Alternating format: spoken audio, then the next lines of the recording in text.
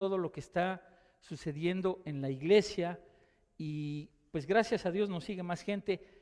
Nada que ver con asuntos personales, pero mientras más gente escuche el mensaje del Evangelio, mucho mejor.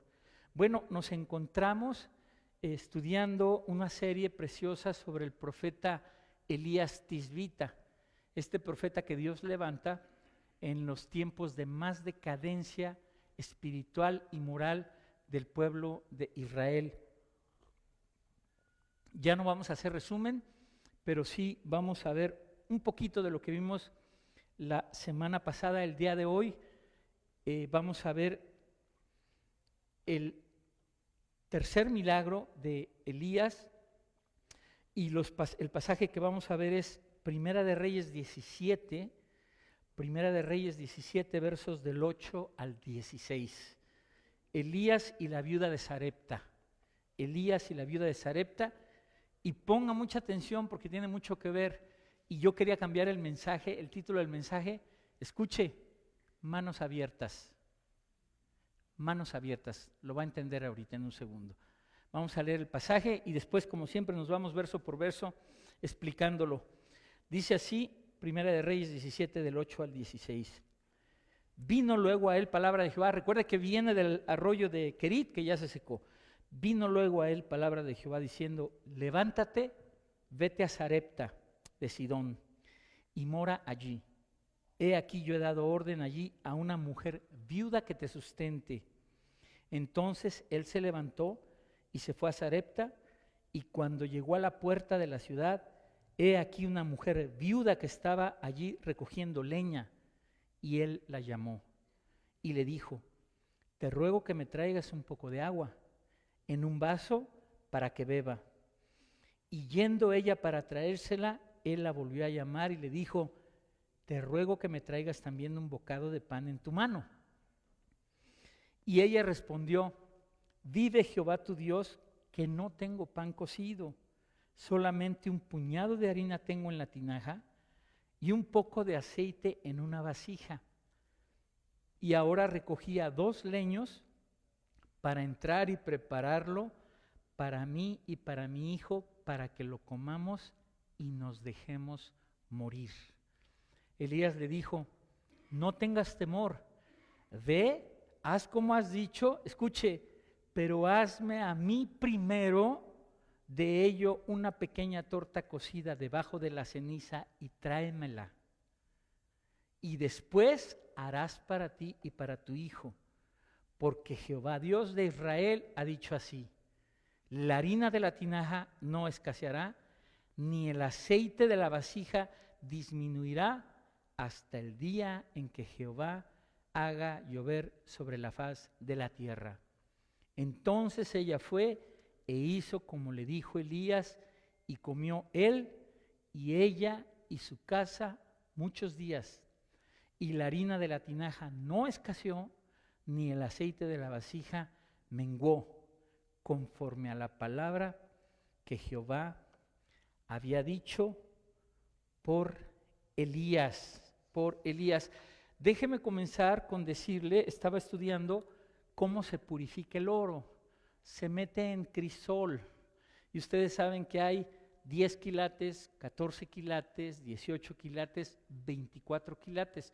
Yo no entendía esto, y tiene que ver con el porcentaje de la pureza del oro. Por ejemplo, el de 24 quilates es 99% puro. ¿Sí? El 18 quilates son 18 partes de oro por el resto de otros metales. Hay un proceso de purificación del oro. Esto es muy fácil. Usted va con su anillito y lo lleva con un joyero y ellos le dicen: ¿es latón? ¿Lo engañaron? O sí es oro de 10 o de 14 o 18 o de 24, que es muy difícil encontrar. El de 24 tiene un color diferente y es incluso muy flexible. Bueno, ¿por qué le digo esto? Dios está purificando al profeta Elías. Dios está labrando a martillo, a golpes de martillo a Elías, y está consumiendo todo lo que no sirve en él. Y esa misma obra la hace en su vida y en la mía, hermano. Le guste o no le guste, lo crea o no lo crea. Dios empieza a sacar lo que no nos sirve, a menos que no quieras, porque Dios es un caballero y a eso llamamos rendirnos, que Él permitas que Él saque esas cosas que no sirven. Entonces está purificando Elías, lo está fortaleciendo. Recuerde, ¿para qué? Porque va a enfrentarse en el Monte Carmelo a las fuerzas del mal, a los profetas de Baal. Y ahí es donde Dios y Elías le da la victoria al profeta Elías. Él y Dios contra todos los profetas de Baal. Recordemos que Israel está hundido en la idolatría, en la inmoralidad, en la corrupción. Y Dios le llama a Elías, lo levanta en ese momento para revelarle al rey Acab que su juicio iba a comenzar y que por 3 años y medio no iba a llover. O sea, todo esto que estamos viendo ya ahorita, ya no hay lluvia. Ya cuando Elías se va del arroyo de Querit a la viuda de Sarepta, esos 150 kilómetros, él va viendo ya la desolación, animales muertos. O sea, recuerden que los juicios de Dios tenían que ver con la hambruna, y esto que era, dejaba de llover y no animales, no cosecha, no nada, pestes, ¿verdad? Entonces estaba esta situación, es el contexto de lo que estaba pasando ahí en Israel. Antes de continuar, quiero leerle un pasaje interesantísimo que aparentemente no tiene que ver con esto. Quiero que lo escuche porque la palabra de Dios se cumple siempre. Y no creo, con todo respeto lo digo, no creo que ninguno de ustedes nunca haya visto esto a la luz de su interpretación. Último verso del capítulo 16. Fíjese lo que dice. En su tiempo, Giel de Betel reedificó a Jericó. Ponga mucha atención. A precio de la vida de Abiram, su primogénito, echó el cimiento, y a precio de la vida de Segub, su hijo menor, puso sus puertas conforme a la palabra que Jehová había hablado por Josué, hijo de Nun. En Josué 6, cuando se caen las murallas de Jericó, Josué emite un juicio, maldición de parte de Dios diciendo: no se volverán a construir las murallas de Jericó. Pasaron 500 años y en ese pasaje, en Josué 6, dice Josué: quien quiera que vuelva a reconstruir las murallas de Jericó, se le va a morir su hijo primogénito y se va a morir el hijo que sigue cuando ponga las puertas. 500 años después, hermano, 500 años después, este Giel de Betel, a precio de su hijo, murió Amiram y murió su otro hijo Segub, y la palabra de Dios siempre se cumple, hermano, siempre se cumple. Yo me quedé sorprendido porque no había nunca conectado este pasaje. Bueno, aprendimos la semana pasada que la autoridad y el poder de un profeta de Dios, ¿de dónde viene? Dice, de estar en la presencia de Jehová. Elías vivía en la presencia de Jehová, y Elías era un hombre de oración, lo dice en Santiago. A causa de esa oración, a causa de estar en su presencia, él tenía este poder, él tenía esta autoridad. O sea, el nivel de compromiso que hablábamos ahorita allá abajo, de todos ustedes, el que quiera tener un nivel de compromiso más alto con el Señor, pues más bendecido va a ser. El nivel de compromiso de Elías con Dios es, como resultado, le da el Señor autoridad y poder, porque él sí podía decretar. Ahora que encontramos payasos mentirosos decretando que yo decreto, Elías sí decretaba y dice: por mi palabra te digo que no va a llover en 3 años y medio. Y Jehová dice así, y todo se cumplía, ¿verdad? Y la prioridad de Elías era obedecer a Dios, hermano. Hay pedradas para todos el día de hoy, ¿eh? Se ganó la ira de Acab y Jezabel. Recuerden que Jezabel ya había comenzado a matar a los profetas de Dios, y dice que Abdías escondió a 100 de ellos. O sea, Dios siempre se ha provisto de remanentes. En su soberanía Él permitió esto, ¿verdad? Entonces Dios envía a Elías al arroyo Querit a esconderse, increíble, porque ya lo quería matar Jezabel y Acab, porque ya no llovía, y Dios le enseña varios principios. Esto lo vimos la semana pasada, ¿sí? Y Elías obedece inmediatamente. ¿Qué contraste con quién? ¿Se acuerdan antes de Elías que vimos? Con Jonás. ¿Qué contraste, verdad? Elías inmediatamente obedecía, ¿verdad? Y aprendimos varias cosas en esa semana pasada, que el desarrollo de la fe es un proceso que todos debemos de llevar, que Dios nos lleva paso por paso, no hay saltos gigantes, paso por paso. Y si no has pasado el primer escalón, si no has subido el primer escalón, no puedes subir el segundo. Y todos nosotros, como dice Armando, queremos todo microondas, rápido, ya, arriba, yo líder. No se puede, hermano, imposible. Paso por paso le va dando las instrucciones. Vete al arroyo Querit, lo sostuvieron, ¿se acuerdan quiénes? Los cuervos. Ya vi que le llevaban pescado porque no había carne de res, era pescadito. Imagínense un cuervo que Dios le manda órdenes y el cuervo pues quiere picar, pues no se lo comían, se lo llevaban al Elías. Chance picoteadito, ¿verdad? Pero le llevaban su pescado. Imagínense nada más qué maravilla. O sea, fíjese que yo cuando veo cuervos, luego voy en el carro y veo un cuervo y algún tiempo yo dije, qué feos son, y luego dije, no, pues si se alimentaron a Elías. O sea, no, digo, aunque parezcan feos, pero Dios los usó para alimentar a Elías. Aprendimos que ese proceso de la fe en muchas ocasiones es en soledad, hermano. En muchas ocasiones, como el hecho de él y otros grandes hombres que Dios los usó en soledad, Moisés 40 años en el desierto, en fin, ¿verdad? Y aprendimos a que cuando confiamos en el Señor, y ahorita voy a tratar de explicar esto y profundizar, hay una línea muy delgada entre lo que es la teología de la prosperidad y principios bíblicos. Acuérdese que la gente que engaña usan la Biblia. Acuérdese que el diablo nunca es más diablo que con una Biblia en la mano. Y te leen pasajes de la Biblia, pero les dan otra dirección para salir con las intenciones que quieren. Entonces, vamos a explicar eso ahorita que lleguemos a esa parte, pero mantenga eso en mente. Entonces, de paso a paso lo lleva. Querit primero para prepararlo, ahora con la viuda de Sarepta, y aprendimos a que si confiamos en el Señor, Él provee. Todos los días de nuestra vida, ¿verdad? Todos los días le trajo el sustento a través de los cuervos. Y aprendimos, por último, ya para meternos en este pasaje, el principio de depender de Dios, que la mayoría de nosotros no lo hacemos, hermano. Somos rebeldes y queremos hacer nuestra propia voluntad. Y es importantísimo aprender a depender de Dios, ¿verdad? Y depender y confiar en el dador, no, la teología de la prosperidad, no en lo que sale de su mano. Ahí está toda la gente, Señor, sáname, Señor, dime, dame. Y en cuanto les dijo la verdad, dice que muchos dejaron de seguirle porque lo único que querían era lo que salía de la mano, no el dador. Y cuidado con caer en eso, ¿verdad? Entonces, aquí recibe una nueva instrucción Elías, verso 8. Vino luego a él palabra de Jehová diciendo, por segunda vez vino, y déjeme decirle algo, increíble lo que le pide después de haber tenido con cuervos. Las cosas de Dios, hermano, no son lógicas.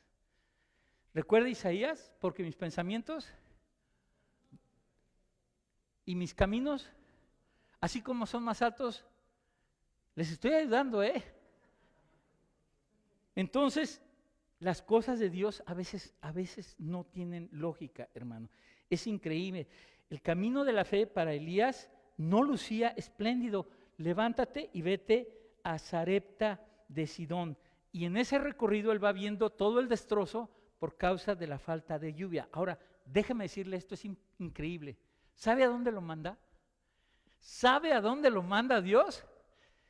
¿Cómo se llamaba cómo se llamaba la reina que quería matarlo? Ahí nació Jezabel. Sidón de Fenicia. O sea, lo manda ahí con sus parientes. Miren nada más qué cosa más increíble. Lo manda a Sidón de Fenicia, ¿sí? La tierra natal de Jezabel. Ahora, ahí le va otra cosa. Porque durante los días de Josué, Dios le dijo a cada una de las tribus, te toca esta tierra, los expulsas, los sacas o los matas, pero no dejes a nadie. Y Aser no cumplió con la tarea y dejó vivos a estos, y por dejarlos vivos, ahí está Jezabel, de ahí viene.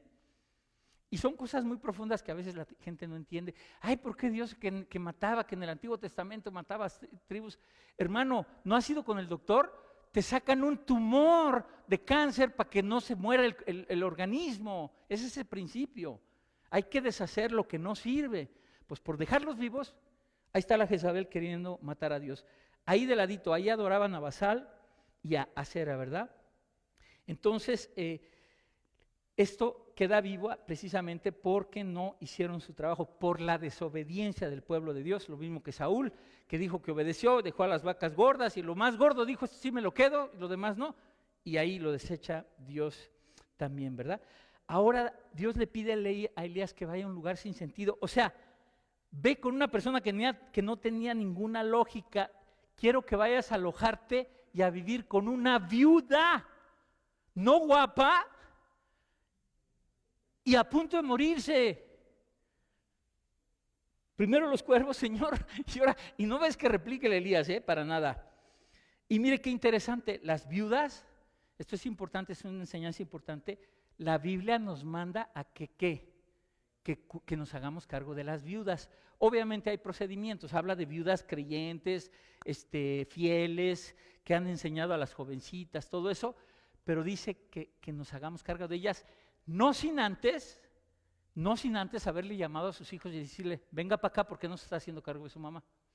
Aquí está Sandrita y gracias a Dios nos permite sostener a mi mami que está ahí en México. Es importante, los hijos son los responsables. Cuando no hay hijos, dice que la iglesia debe participar para ayudar a las viudas a sostener. No nos vayan a salir por ahí 8 viudas ahorita a partir de mañana de mami. Sí, es importante esto. Entonces, pero mire, dice que cuidemos a las viudas y a Elías lo manda a que una viuda lo cuide a él y lo sostenga y a punto de morir además.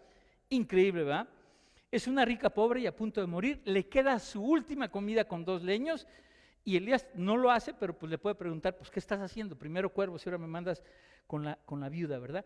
O sea, no hay lógica, no hay sentido, hermano, pero déjeme decirle, es importante y así es como trabaja Dios. Véngase a Lucas 4, por favor, Lucas 4. Ya vimos este pasaje un día, pero lo vamos a volver a ver porque es muy interesante. Las palabras de Jesucristo.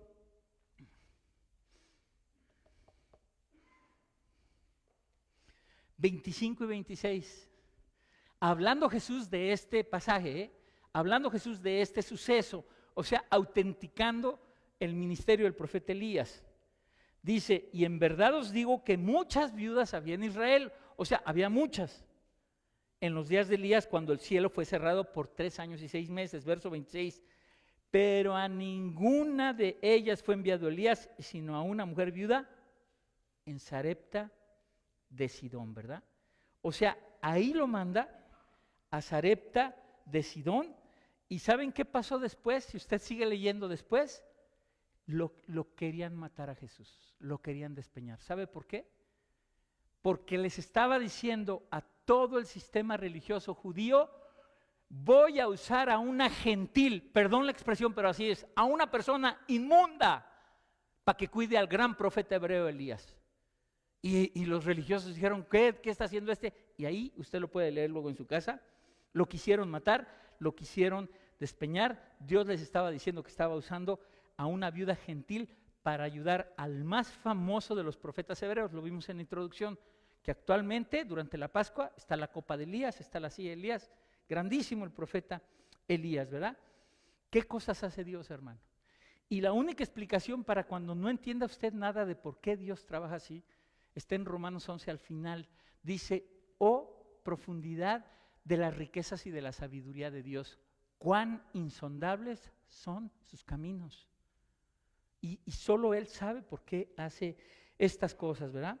Y otros pasajes, lo necio, lo vil y lo menospreciado escogió Dios para avergonzar a los sabios y a los que se sienten mucho. Entonces, ya desde ahí Dios traía el plan de incluir a los gentiles y usa a esta viuda en Sidón, en Fenicia, en Sarepta, para sostener y ayudar por casi 3 años al profeta Elías, ¿verdad?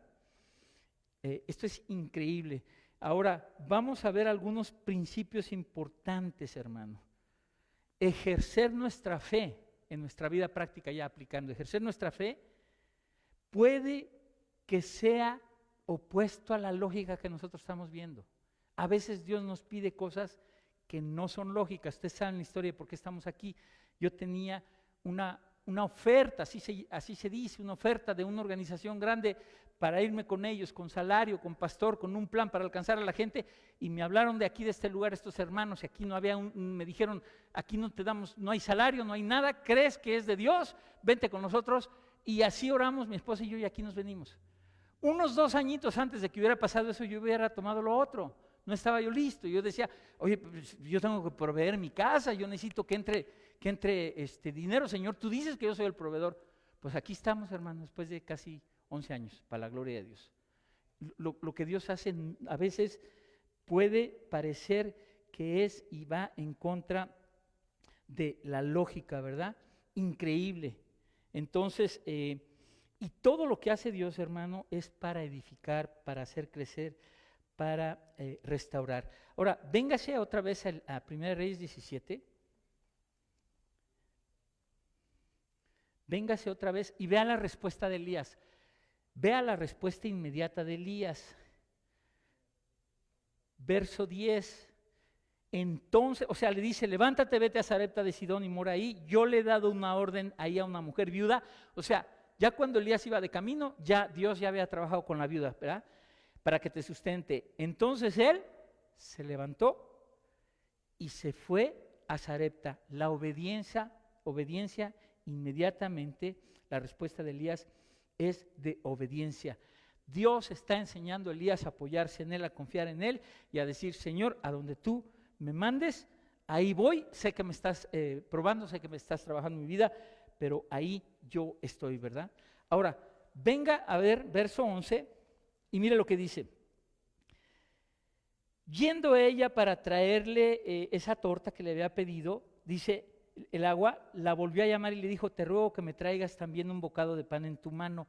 O sea, la viuda ya no tenía nada y le pide agua primero. Y antes de que llegara, le dice, espéreme, regrésese y tráigame esto. O sea, es increíble que es lo último que le quedaba a la viuda y la respuesta de ella le dice, vive Jehová tu Dios, que no tengo pan cocido y que solo tengo un poco de harina en la tinaja y un poco de aceite y estos leños para prepararlo para mí, para mi hijo, que lo comamos y nos dejemos morir. O sea, es lo último que tenemos.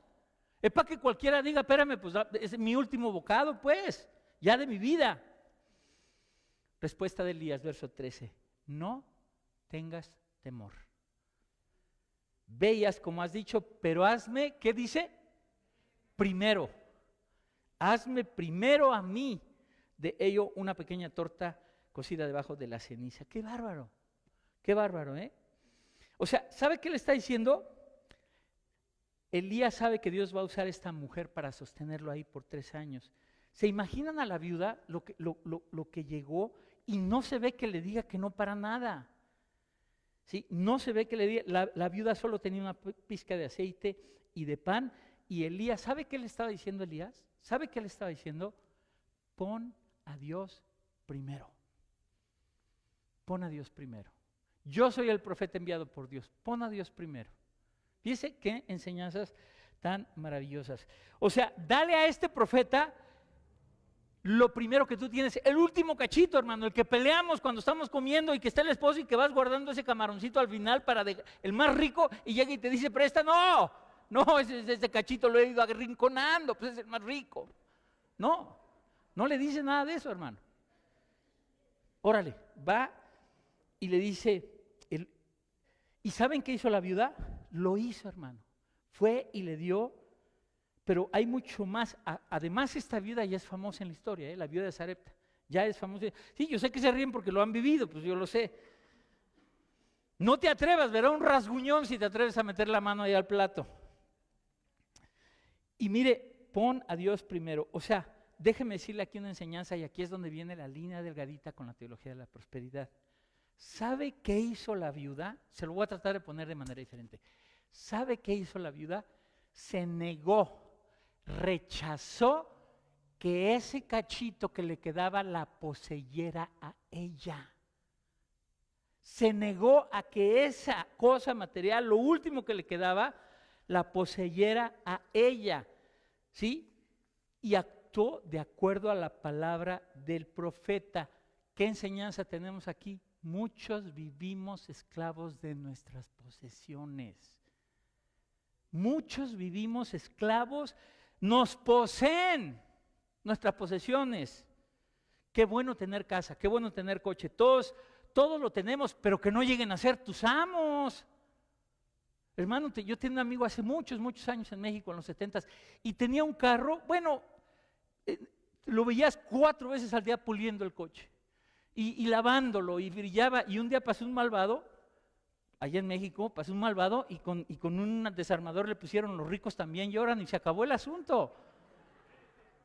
Imagínate. O sea, que no se conviertan en tus amos, te vas a desilusionar, feo. O sea, y le voy a decir cómo no lo posean sus posesiones. ¿Quiere o no quiere? ¿Tú muy apagado eso?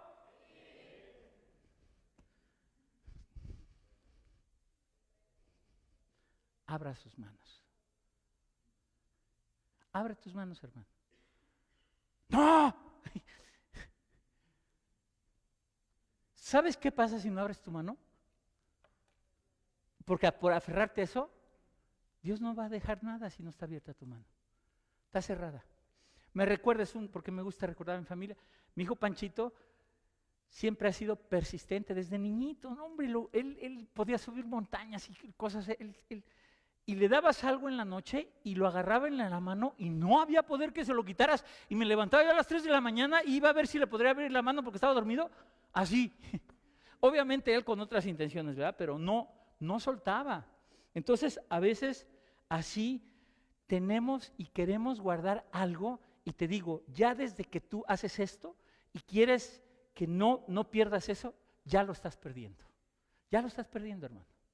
Ya te estás perdiendo de bendiciones enormes, te lo demuestro. Si tu mano extendida está con el puño cerrado, no vas a poder recibir nada más, porque tienes tu mano cerrada.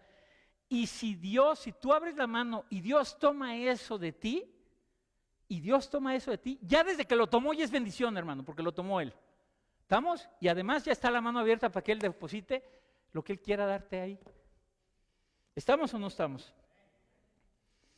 Pregunta, ¿has aprendido, quieres aprender, estás aprendiendo a vivir con tus manos abiertas? Ahí está. Y ya lo hemos hablado de esto en muchos mensajes. Dios no va a bendecir a nadie que tenga, no voy a decir garras porque no se me ofenden, sus uñitas clavadas en las cosas. No se puede, hermano. Hace muchos años estábamos nosotros, en ese tiempo que Dios nos probó y nos limitó, aquí tenemos unos hermanos que saben de qué hablo.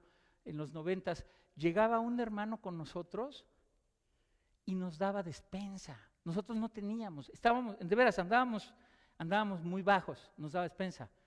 Algunas veces tuvimos que vender algo para comer y nos traían despensa. A mi hijo Panchito se le iluminaba la cara, el Rudy, y llegaba con atún y con esto.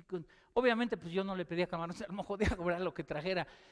Y llegaba con la despensa y mira, se nos iluminaba la cara, hermano. Y yo le dije a Dios, Señor, el día que tú me bendigas, que tú me permitas tener, yo voy a ser generoso. Porque no se me olvide eso nunca, hermano. Y la gente sabe que hasta donde podamos, nosotros somos generosos. Porque es una bendición serlo, hermano. Es una bendición abrir tus manos, ser generoso. Te lo digo porque tiene que ver con lo que dijo Carlitos aquí. Y estamos así, y no se puede. Dios te quiere bendecir cuando te dice que tú cumplas con tu responsabilidad. Es más, ni siquiera es una responsabilidad. ¿Saben cómo le llama Dios a ofrendar y a diezmar? Para que lo sepas, ¿sabe qué es? Un privilegio. Si te duele, no lo hagas, estás enfermo, hijo. Y te vas a enfermar peor, Pero yo tengo que decirte la verdad. O sea, es un privilegio. En 2 Corintios 8 y 2 Corintios 9 le llama participar de esta gracia, el poder bendecir, hermano, el poder bendecir. Ahí en la mesa de materiales hay muchos materiales que tenemos, que siempre yo le estoy sacando para tratar de siempre traerle luz acerca de qué es el diezmo, por qué diezmo, o sea, por qué hay que diezmar, por qué Dios estableció que su obra fuera sostenida por la gente, por los demás, para que se sostuviera el reino, ¿verdad? Todas estas cosas. Entonces hay que aprender a vivir con las manos abiertas. O sea, hay que aprender a vivir, a confiar en Dios para que poseas tus posesiones y no que tus posesiones te posean a ti. ¿Estamos? Este es un principio de vida. Regresamos a Primera de Reyes 17. El panorama de la viuda se veía, lucía tremendo, ¿verdad? Y después de confiar en Dios, nunca se acabó el aceite, nunca se acabó la harina. Ahí estuvieron siempre, ¿verdad? Siempre. Confió en Dios e hizo lo que Dios le dijo que hiciera. Y déjeme decirle, porque tengo que decirlo, en ese tiempo que estábamos Andrita y yo pasando por ese desierto, le podemos llamar, aunque Dios nos bendijo mucho, fueron casi 10 años, a todos nos prepara el Señor, que nadie se atreviera, fíjate dónde andaba yo, que nadie se atreviera a decirme que si yo diezmaba, que me preguntara, ¿usted diezma? Y yo me decía, pues ¿qué te pasa? Pues si no me alcanza para nada, ¿cómo voy a diezmar? Pues por eso no me alcanzaba para nada. Es al revés, hermano. Es al revés. No puedo dar diezmo. O sea, ¿esta viuda qué dio? Y la viuda de la otra viuda con Jesús, todo lo que tenía, hermano. ¿Y Dios qué dio? Y tú agarras así. O sea, de tal manera amó Dios al mundo que ha dado a su Hijo. Dio lo más grande que Él tenía. Lo más grande que Él tenía. Hermano, nunca he conocido a nadie, escúcheme, nunca he conocido a nadie que dando así, con ese corazón, le haya faltado algo. Nunca. Véngase a Filipenses 4. Pablito. Filipenses 4. El hermano Pablo, viajando por toda Asia Menor, fundando iglesias.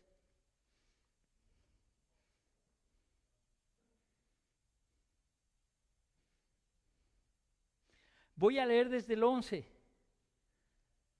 hasta el 19, del 11 al 19.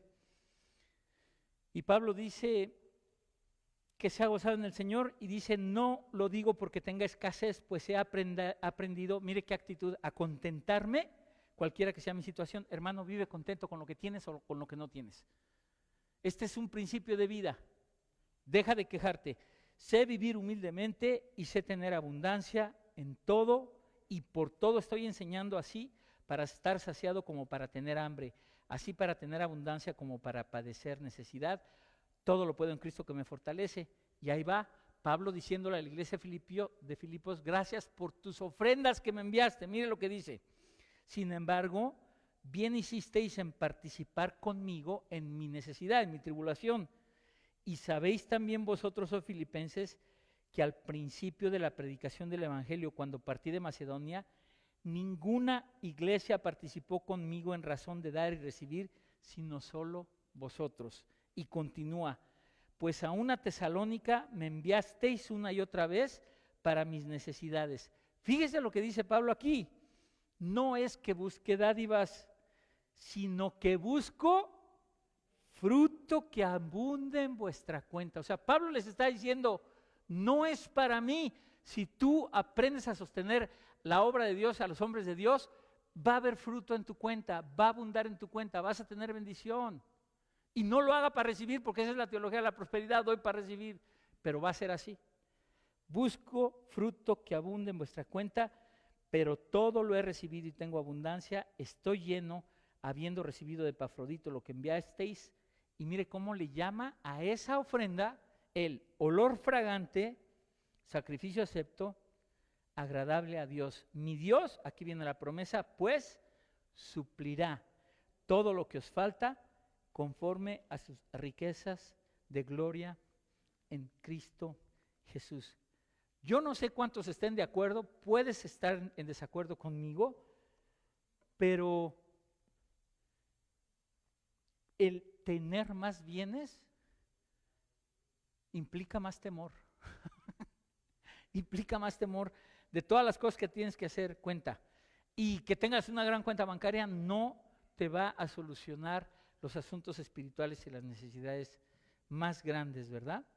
Entonces, esta viuda aprendió a poner a Dios primero le dijo Elías, tráele al profeta de Dios primero una torta, y la viuda no le dijo, te doy un cachito, te doy parte, no, aquí está todo lo que tengo. Obedeció a Dios y puso a Dios en primer lugar, hermano. Esto es bien importante y es una responsabilidad de cada uno. Yo no lo voy a andar supervisando.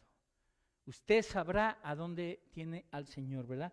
Y toda la Biblia dice, 1 Corintios 16, cada tercer día de la semana, cada primer día de la semana, cada uno de vosotros ponga según haya prosperado.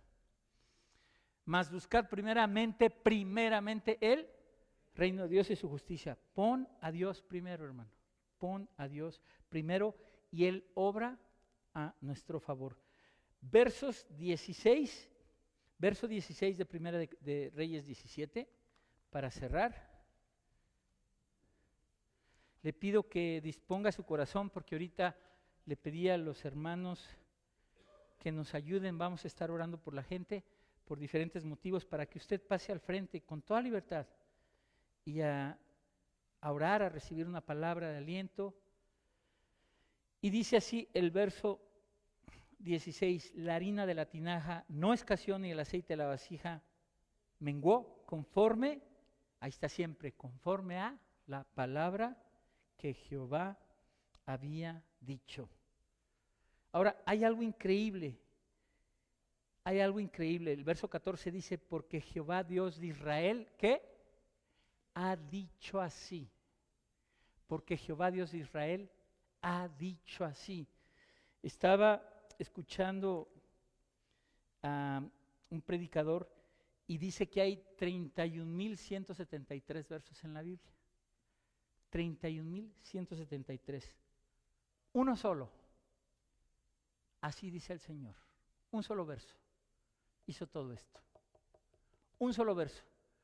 Un misionero en un país extremista musulmán estuvo en una prisión por 5 años y logró esconder un cachito de hoja de la Biblia, un cachitito, porque le quitaron todo, lo logró esconder, y cuando salió de la prisión dice, y sacó el papelito, dice, este verso me sostuvo 5 años. Esta palabra de Dios, este pequeño versecito, 5 años me sostuvo en la cárcel. Un verso, hermano. Así ha dicho el Señor. Así ha dicho el Señor, ¿verdad?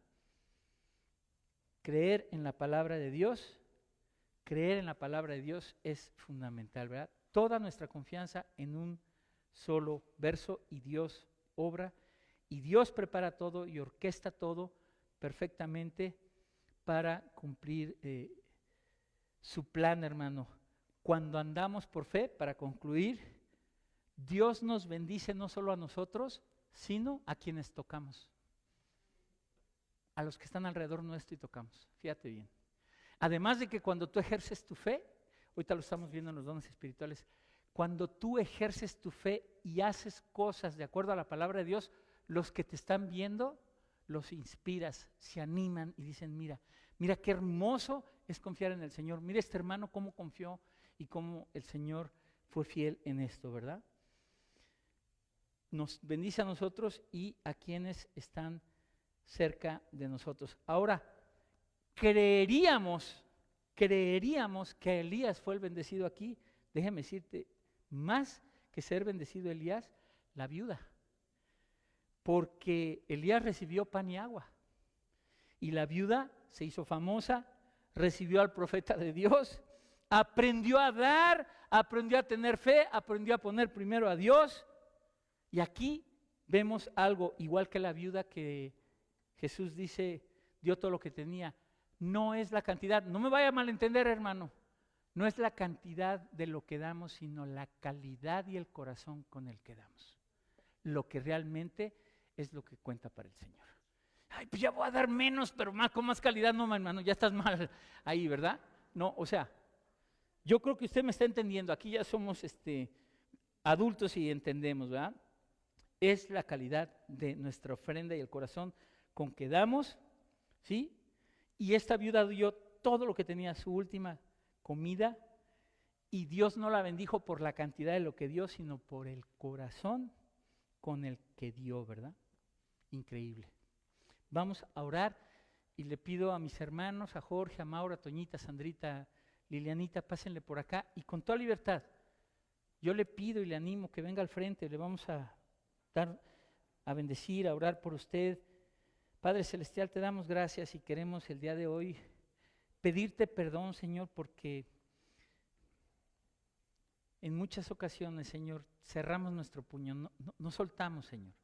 Y no solo a las cosas materiales, lo que tú quieres que soltemos, Señor. No lo soltamos, estamos aferrados, Señor. Yo te pido a nombre de la Iglesia Vida Nueva para el Mundo en Denver, a nombre de esta congregación que tú formaste, Señor, que nos perdones por ser escasos, Señor, que nos perdones por no confiar en ti primero, Señor. Que nos perdones, Señor, por no ponerte a ti primero en nuestra vida, Señor. Y yo te pido que a partir de hoy, Señor, tú puedas mostrarle a cada uno de los hermanos que tenemos que aprender a confiar en ti. Que si queremos ser usados vasos de honra, tenemos que obedecerte, Señor. Tenemos que acercarnos a ti con un corazón honesto y tenemos que aprender a ser generosos, Señor. Y a bendecir a los demás, Señor. A poner a los demás antes que a nosotros, Señor. Te damos gracias, Señor. Te damos gracias en el nombre de Jesús por este tiempo. Te pido, si alguien que esté aquí presente no conoce al Señor Jesucristo, no conoces a tu Hacedor y Salvador, la Biblia dice que si tú confías en Él, que si tú crees en tu corazón que Dios le levantó de los muertos, que Él es el Hijo de Dios y que esa sangre que Él vertió fue para perdonarte tus pecados y que tengas una vida eterna con Él, y le pides que entre a tu corazón, dice el Señor que en ese momento tú tienes la vida eterna y el perdón de tus pecados. Recíbele, dile: Señor Jesús, entra a mi vida, te necesito, entra a mi vida, Señor. He ido a la iglesia, he sido religioso, pero nunca te he tenido, Señor. Entra a mi vida, gobierna mi vida, quiero que seas mi Señor y mi Salvador. Perdóname, me arrepiento de todos mis pecados. Te recibo como mi Señor y Salvador. Enséñame a vivir la vida que tú quieres que yo viva. Padre Celestial, te damos gracias por todo esto, Señor. Y gracias por este tiempo que vamos a estar orando por los hermanos. Adelante, vamos a pasar al frente y vamos a orar con toda libertad, hermano. Aquí estamos delante del Señor y delante de ustedes nada más. No hay nadie más. Póngame algo de música por ahí, Areli, por favor. Vamos a orar por la gente. Empiecen a pasar al